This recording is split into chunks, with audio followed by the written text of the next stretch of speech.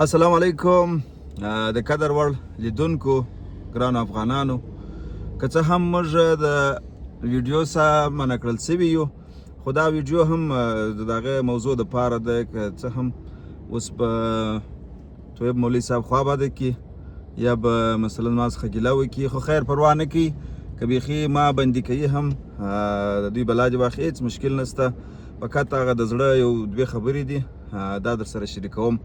موضوع داسې ده قدرمنو لیدونکو، د څه وخت څه چې د افغانستان او د پاکستان پر دغه ډیورنډ فرضي کرښه باندې کوم تاوتریخوالی رامنځته سوی دی او جنګ روان دی، نو موږ ته خلک په مخامخ د میډیا د لارې د مسیجانو کې په کمنټو کې یو قسم تانې یا پیغورونه راکوي چې تاسې مثلا تر پرونه پورې فعالیت کوئ او اوس چې داسې یو غټ کار روان دی د وطن په سطح باندې او تاسې چپ پاته یاست.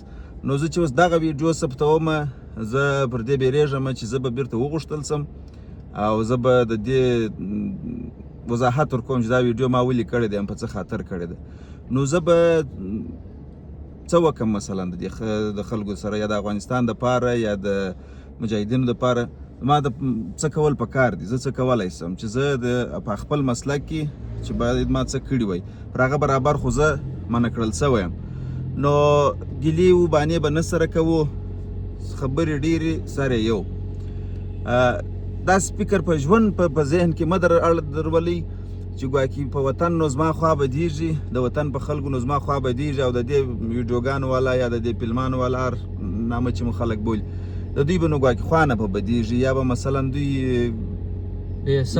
احساس به نه لري. خو یوه خبره درته کومه، دا زه په خپل جانب وایم چې د خپل وطن سپی د بل در وطن در صدر اعظم نه ورته محبوب، هغه زما په جانب بېناموسه دی.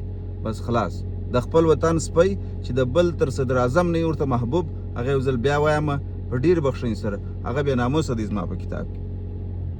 ځکه وطن مور ده، وطن هر څه دی او تر هر څه تر مخه وطن دی، لومړی وطن دی، نورې کیسې به بیا وروسته کوو. وطن چې دی هغه لومړی دی، نور به بیا وروسته کوو.